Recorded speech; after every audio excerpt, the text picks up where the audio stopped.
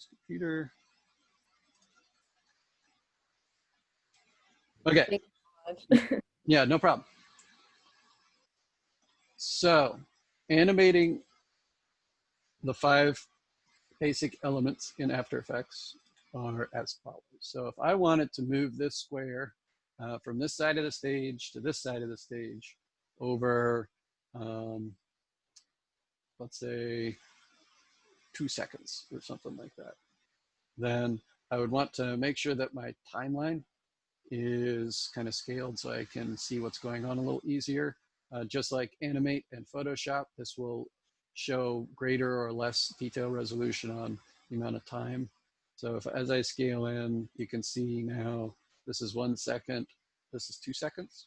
So if I wanted to move this thing here to here over 2 seconds, what I would do is bring my time scrubber all the way to the beginning, come to my position value, hit the little stopwatch so that it'll start recording keyframe animation. That little blue diamond indicates that it saved this position here. So then if I move my timeline forward to 2 seconds here, and I click, or sorry, I can either click the diamond first and move the object, or I can just simply move the object. And what this is telling me is basically, this is kind of like After Effects version of onion skinning. So these little dots represent where the box is going to be on each of the individual frames. So because these are all spaced nice and evenly, it's telling me this is a very linear position translation. So now if I go back and kind of scrub the timeline, you can see it just kind of moves across the stage evenly. So I've added in a position. So say I also want it to spin a full 360 degrees during that time too. You could come back to frame 0, click your rotation, go forward to 2 seconds, and you could either type in 360 degrees like that, or you can just type in 1. So because, you know, it kind of repeats itself, you can kind of tell it to rotate once or rotate 360 degrees. So now that that's locked in, you can see it's spinning as it's going across the stage. And you can just keep adding stuff. So I'll have it start at 0 opacity at 1 second. It's going to be 100% solid, and then at the end it's 0. So it blinks in and blinks out now.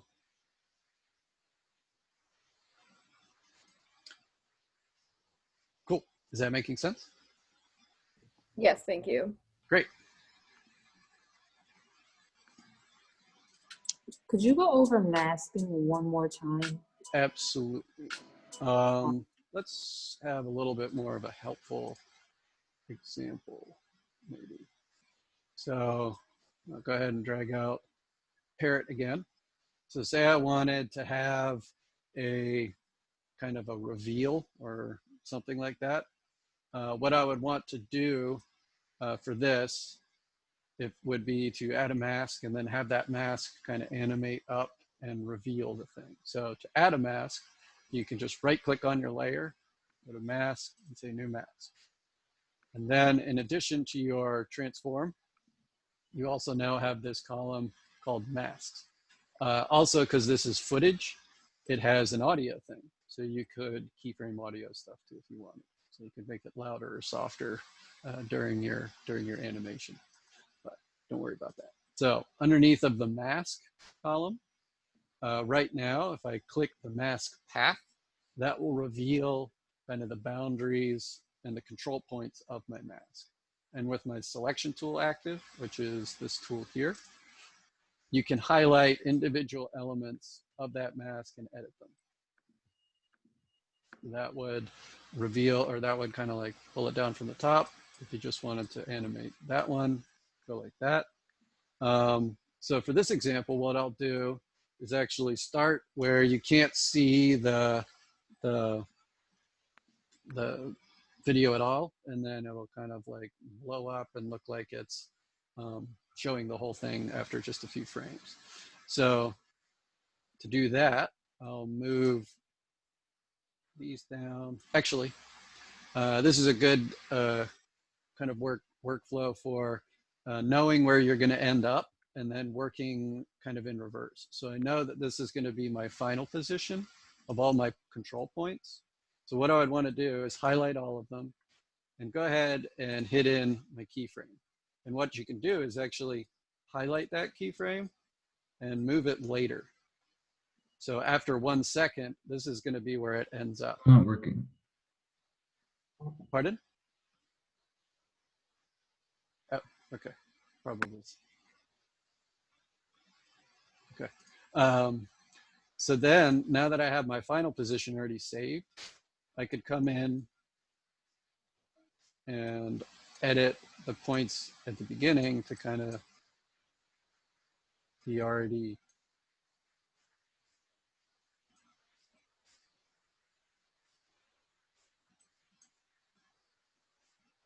like that.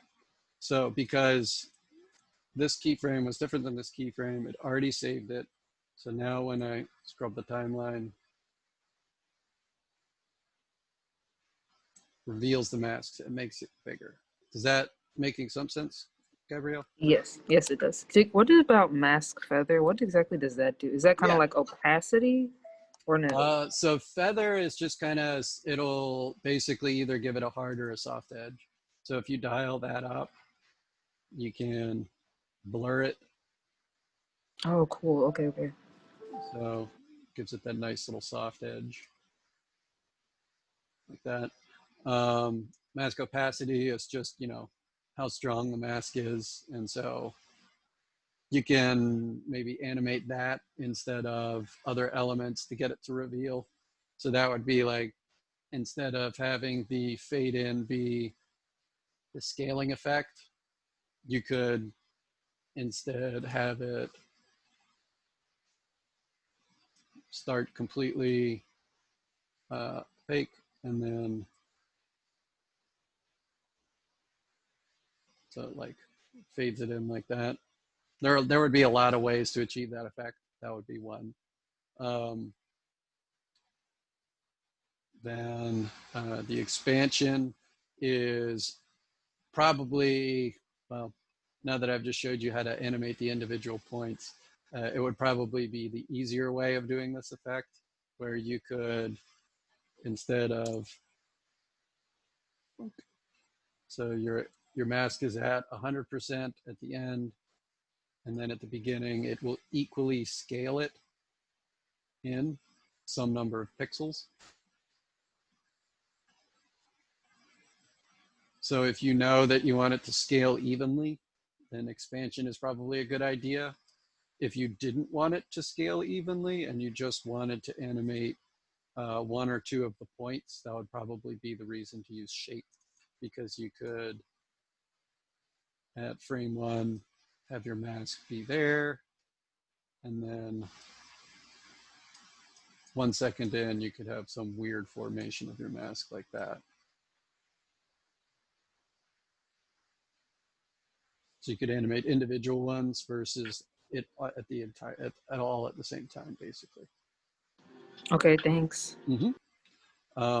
So say the mask that you made is, it needs to be not square. It needs to be some kind of complex shape. You can always edit a mask and add information to it using the pen tool.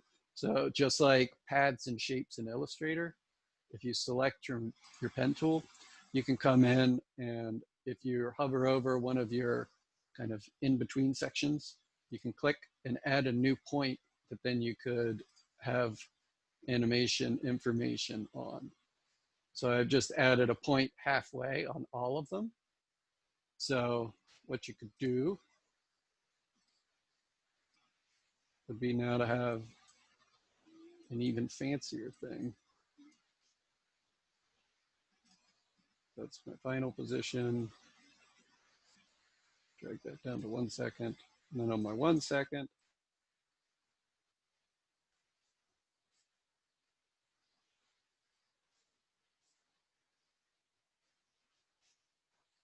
so you can see that because I added in these additional anchor points, it's holding those positions. So it's a more complex shape. And masks, you might need a complex shape because say you wanted to only have the parrot be visible or something like that, or you only wanted one element in the thing to show. You can actually draw a mask with tons and tons of points and mask out just individual things that way too. So masks are very powerful, and they can be either super simple or really complex. It's whatever you end up needing for your piece. Alrighty. So with the knowledge that we now are able to animate the 5 basic elements of transform, position, and rotation, opacity, and anchor point. As I mentioned before, if I were to click on my keyframe, you can see that everything's very even. So if I want to adjust how things are transitioning between my 2 keyframes, what I'm going to use is the graph editor. And some of you might have opened the graph editor in Animate. The graph editor in After Effects is a bit more complex, but it certainly works a lot better. It's a little bit more refined. But I guess what I'll say about kind of how we're dealing with animation at this point is in your first project, you were hand drawing individual frames and you created your keyframes. So, you know, you had your guy walking here, and then 6 frames later, you had your guy walking here. But you had to create the in-between. You had to create the transition between those things by creating an illustration here, you know, here and here. So you're kind of determining your timing, your spacing, and eases with the illustrations that you created by hand. In the next project, in Animate, we then got into the idea that we're letting the machine maybe handle some of that work in between. So you have your keyframe where you had your mountain here, and then you had a keyframe where your mountain's here, and you right-clicked on the middle, and Animate was able to create all of those transition frames in between. Now, After Effects is doing a similar thing to Animate, but because animation, you don't, in general, want it to be this nice linear, even thing. You want more control over that. Graph Editor is where it's at. So to activate your Graph Editor, if you selected one of your elements that has keyframe information on it, and then you click this little icon here, Graph Editor, it'll turn your work area into some graphical representation of the movement. I think by default, it's going to look like this, which is a speed graph. And a speed graph might be a little bit weird to think about, but I'll take a shot at explaining it first. So basically, this is illustrating the change in speed over time. So because it's flat, there is no change in this speed over time. It's always going to be the same speed. So it's always moving at a constant velocity. You can kind of think of this, you've taken physics, this is acceleration. This represents what that is. So if you wanted it to move faster at the beginning and faster at the end, you would want the steepness of this line to increase. So if you select your point and you were to move this up like that, so see how now it's higher and then it slows down by the end. So what you can see is it started to adjust kind of some of the spacing here, where here at the beginning, the dots are farther apart, and here at the end, they're closer together. And what that means is that just like timing and spacing, the farther things are apart, the faster they're going to appear to move. So you could keep messing with this and drag this thing so that you can really start to see the spacing of the dots spread out here and clump up here. And then this is probably where it's the tightest bunching, and then it spaces out even a little bit at the end. And that is all represented here in the graph, where it starts out really high and steep curve, and then it's slowing down, it's slowing down, it's slowing down until this point when it's going to be its slowest, which is where they're all bunched together. And then it goes back up again like that. And so there's a little bit of speed up at the end.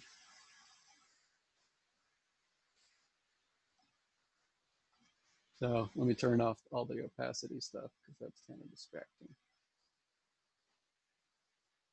Da, da, da, da.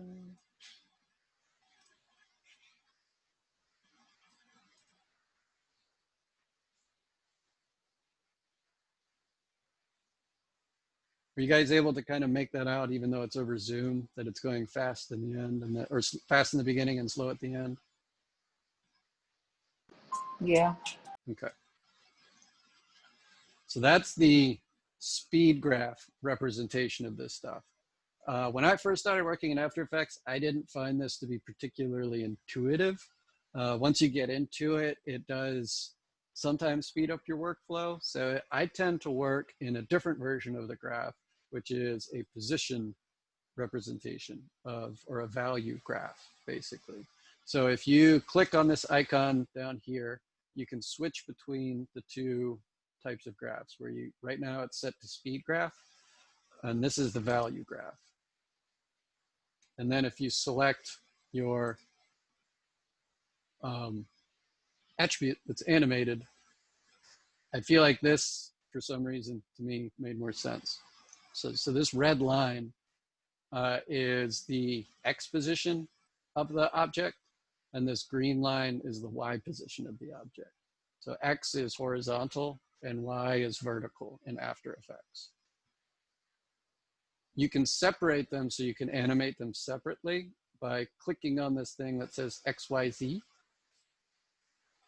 Now over here, you have X position and Y position, and they're totally separate.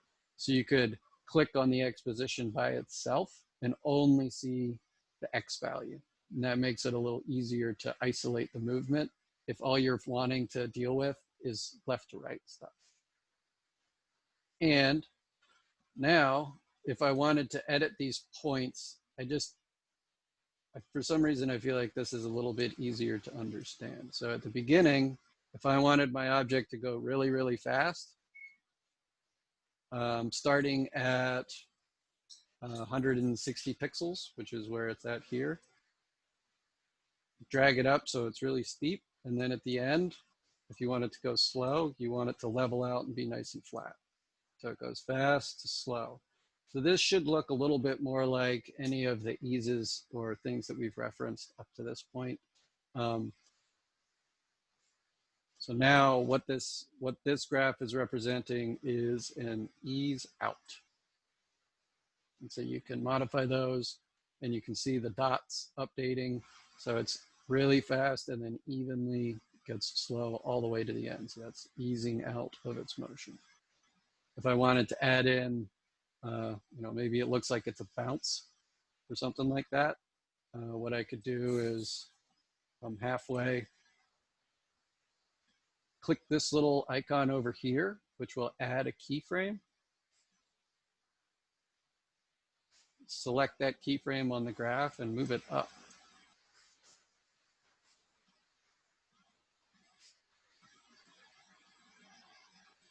So the other thing that it's also a little bit weird to think about is, so even though I moved that up a big amount on the graph, you can see that the numbers over here are all still super close together. So I moved it from 301 pixels to 302 pixels. So I actually only moved it 1 pixel by doing that. So if you want to maybe get a little bit better control at this point of the position, you should use the values here, where you can go Y position and actually, make a big difference for how much. So dragging your Y position here is going to allow you a little bit better control over stuff.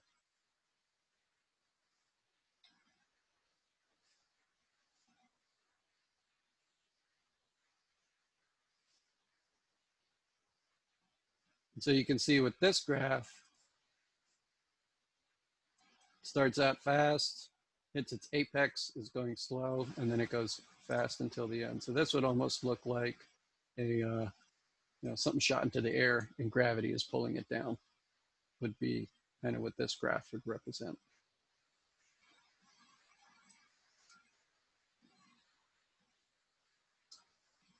Cool.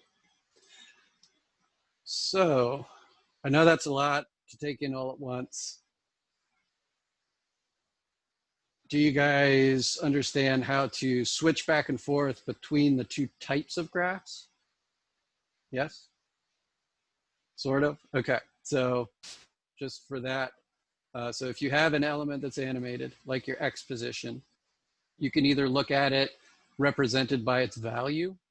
So here, the X position is 150, and then at the end, the X position is 300 pixels. So at the beginning, it's here, basically, and then at the end, it's here. And that's what this means in the value graph. You've gone from this pixel position to this pixel position. If you wanted to look at it strictly on just how fast is the thing going, then you can use your speed graph. And that is represented by clicking on this icon here and then going to speed graph. And so you can see this is this representation of the speed during the movement of the object. So really, I think it'll just take messing around in the program unless you're immediately getting it. It's all making total sense. That's great. But I think just shifting things around and seeing an update in the graph editor is going to help you get a better idea of, oh, that's the movement that I want. That's what that movement looks like in the graph. And then you can start to put those two things together. All right, so then if you want to get back to just where your keyframes are and you don't want to have your view be this weird graphical representation, you can just click on this button again and it'll take you back to your keyframes. And so you can see now that I actually have these different shapes of keyframes, and that is indicating to you at this level that there's some kind of ease or nonlinear value going on here. So the default thing that After Effects does is it puts in linear keyframes, which are the little diamonds. If you change the angles, or the curves in your graph, then it will shift the symbol over to this, just to let you know that you've edited stuff. So if things are looking a little weird and you didn't think that it should do that, it might be because the curve or the graph got edited and it never has gone back to normal.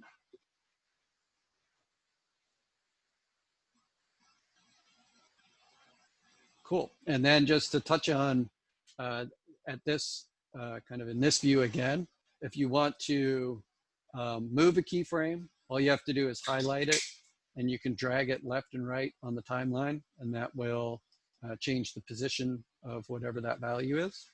If you want to delete a keyframe, all you have to do is highlight it and hit delete.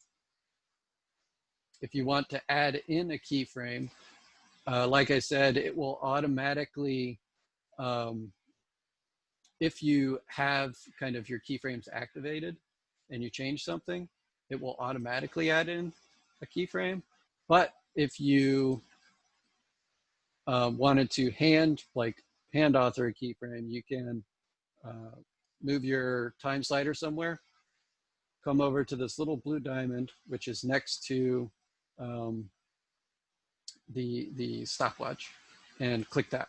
And when you do that, it will hand author a keyframe right in the position of where your time slider is.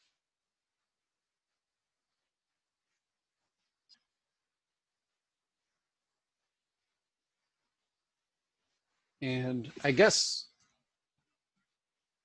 one way you could use this, if the graph editor is slightly daunting, or you're not sure which way you should turn a handle, to get the motion that you're wanting, you could use kind of these hand-authored keyframes to get going on what it should look like.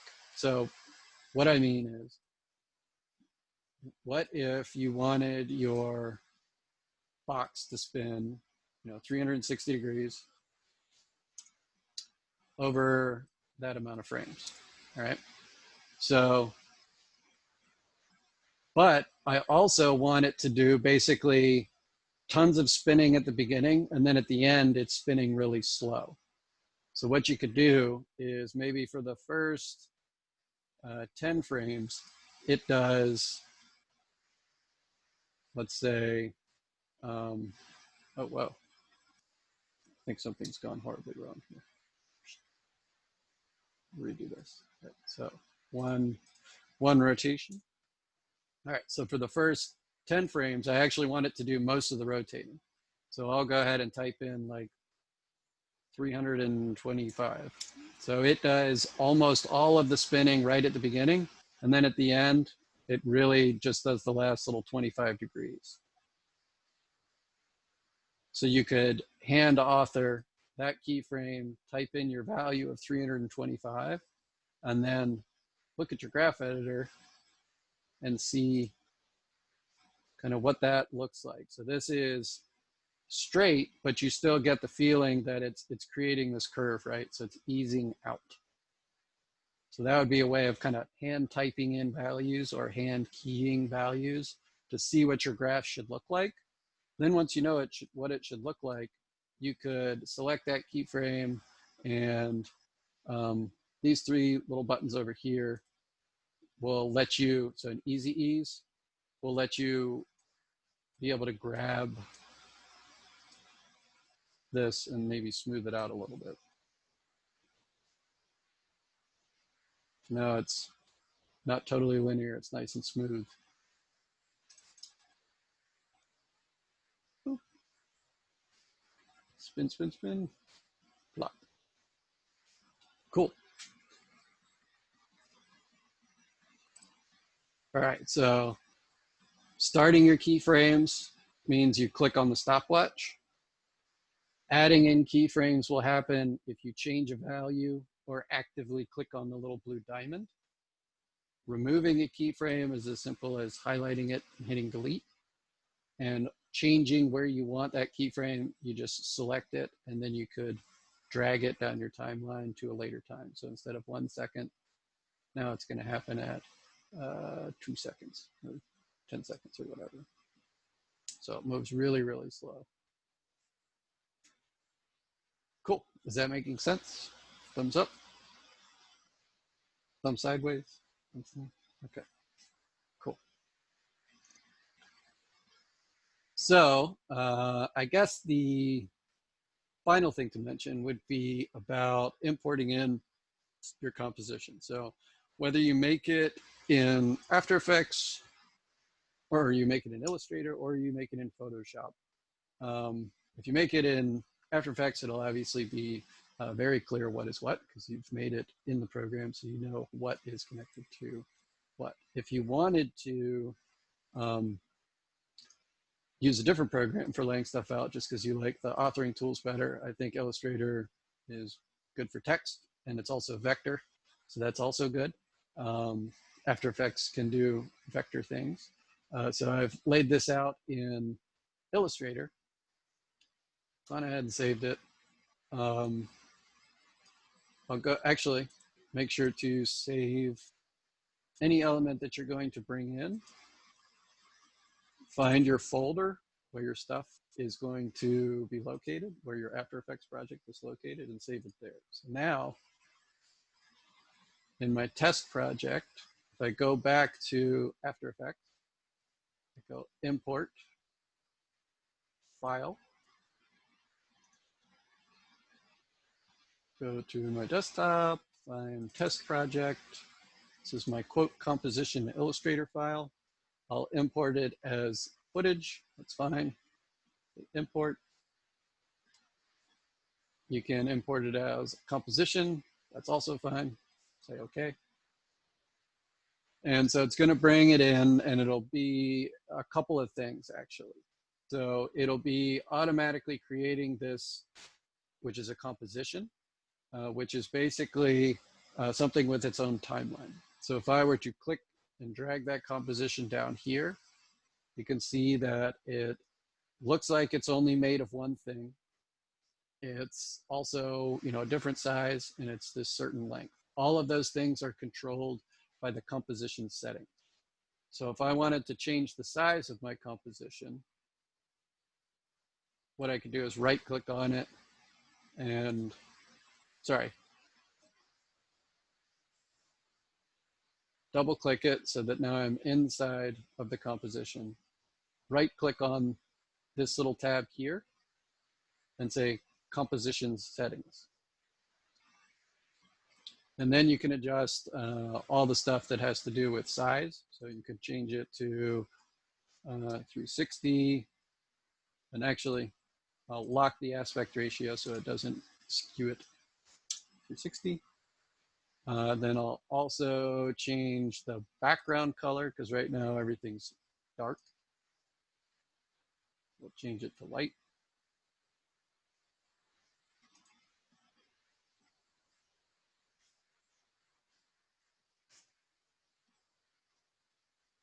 Oop.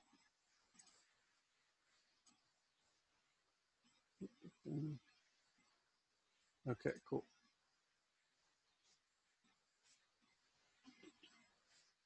Change it to light. And the other thing to keep an eye on is how long it is.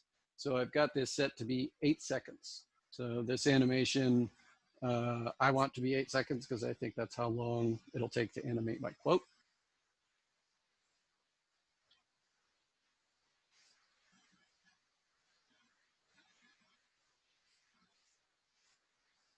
Cool. And each of these represents a layer in Illustrator. So it recognizes layers very easily. And so I made sure when I was designing this in Illustrator that I separated what I thought needed to be different on different layers, so that then when I brought it into After Effects, I could animate kind of these things separately. So right now, each layer is 8 seconds long. If I wanted to do some very basic editing, you could just adjust how long each of these layers is, and you can create kind of a little bit of an animation. So at the beginning, what you can do is select all the layers, and then if you hover over just the edge, you'll see your cursor turn into like 2 little arrows. And that means that you can click and drag the length of your layer. So see, when I drag away, that means that the layer isn't being rendered anymore. But then I've dragged it there, so now it's renderable. So if I do that, and I basically kind of create this little ladder effect,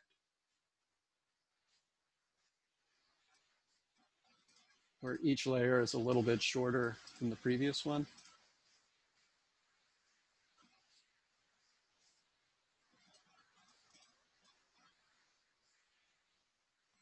That'd be a really quick and easy way of having the things kind of appear,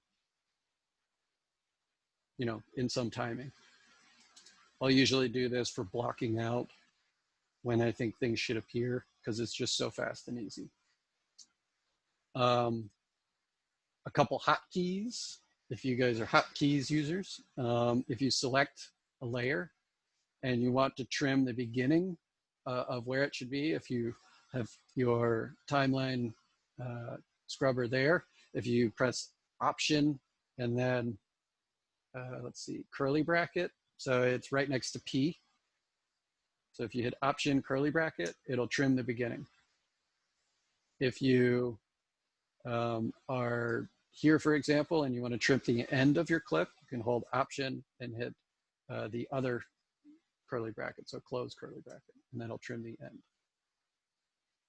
The other one that's really nice is if you want to shift the position of this, like back and forth, you can snap it to your cursor. So if you wanted to line up all of these layers, I could highlight all of them, and then not holding anything, just hitting open curly brace, it'll snap them all like that. So it lines them all up. Similarly, if you want to line up the end, you can just hit close curly bracket and it'll line them all up like that. So that's really good for shifting the layers around really quickly.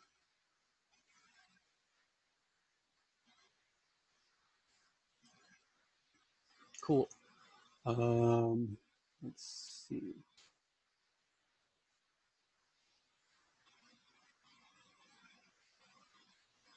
Yep.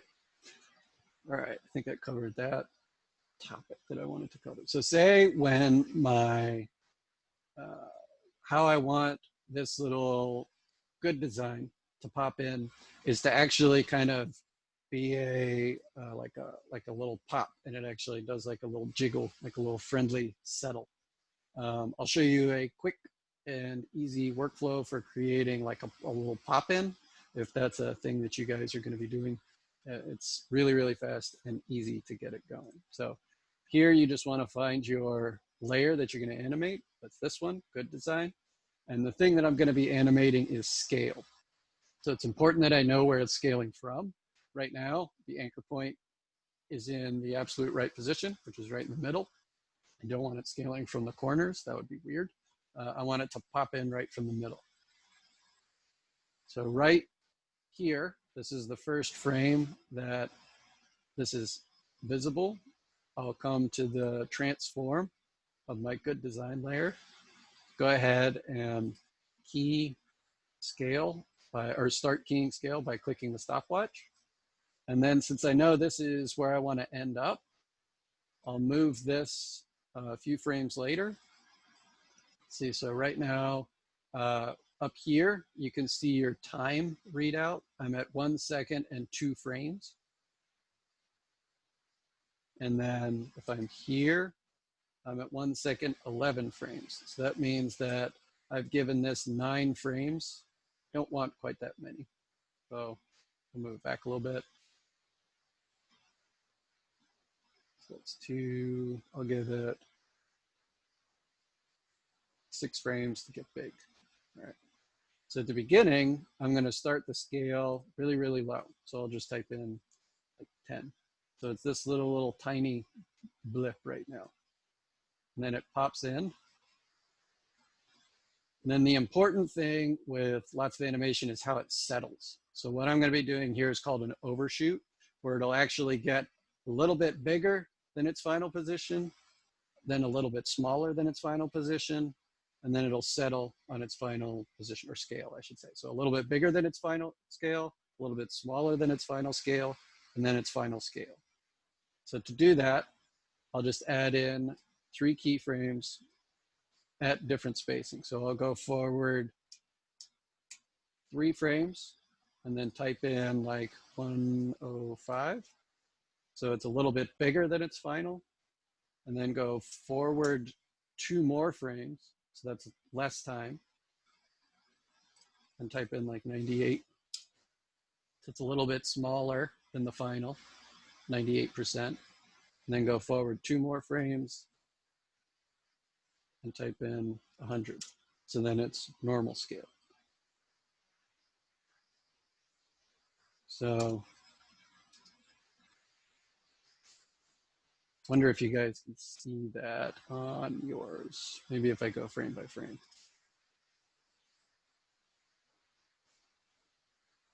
So what it's doing, it starts really, really tiny. I go forward 1 frame, it's a little bigger, and then it hits its max size, which is 105. It comes back, sorry, that is not, that's why it's being weird. So it hits its max size of 105, and then it comes back down, 98, and then it goes back to 100.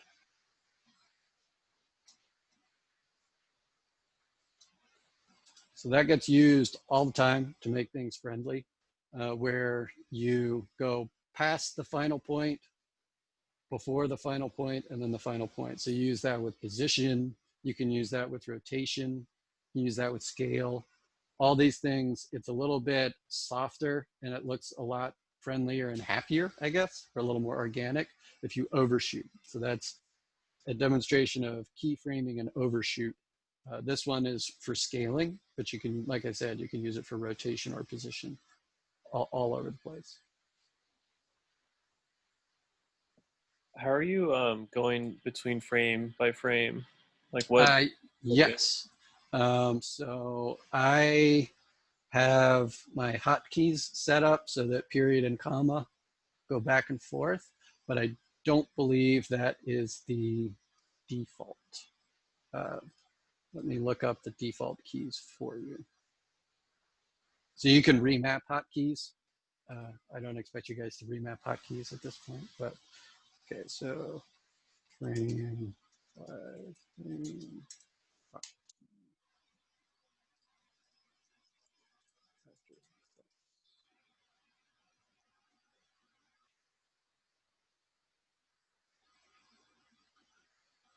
Oh, okay. So you can just click left and right on the, sorry, you can just press left or right arrows, it says, according to the internets. Also, thank you for mentioning that. This little preview tab up here, you can mouse click on things. So these different buttons do different things. If you hit play, it will just let it go. This one does frame by frame.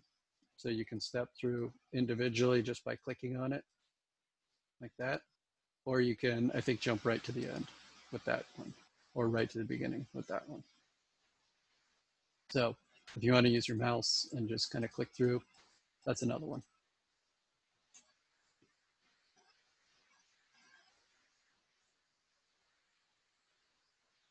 Cool.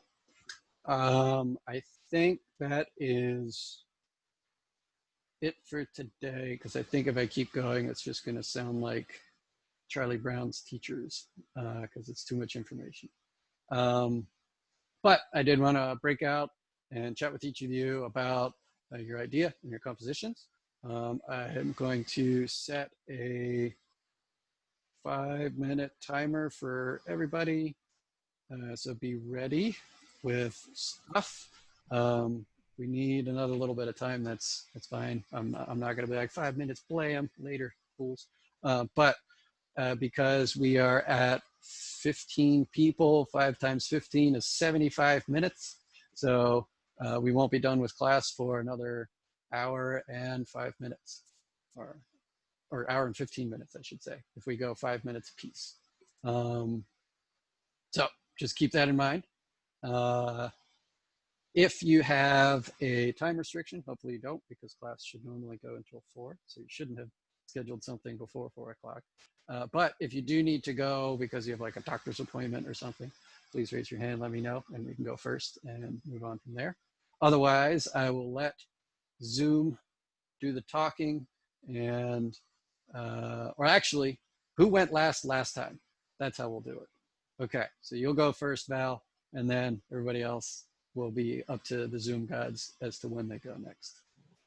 So this is due Thursday? This is due Thursday, yes. Cool.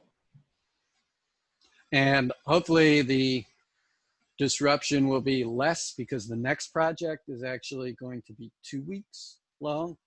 So the demo that I'll do, it'll be in After Effects again. It'll be another kind of text kinetic topography type project, but we'll have kind of 2 demos before the project will be due. So this one might seem a little rushed, but hopefully it's, you know, you're just looking at a few things and getting your composition to animate on screen a little bit with some experimentation. Cool. And just to remind you, you are recording still. You wanted to stop. Thank you. I did not, and I will stop.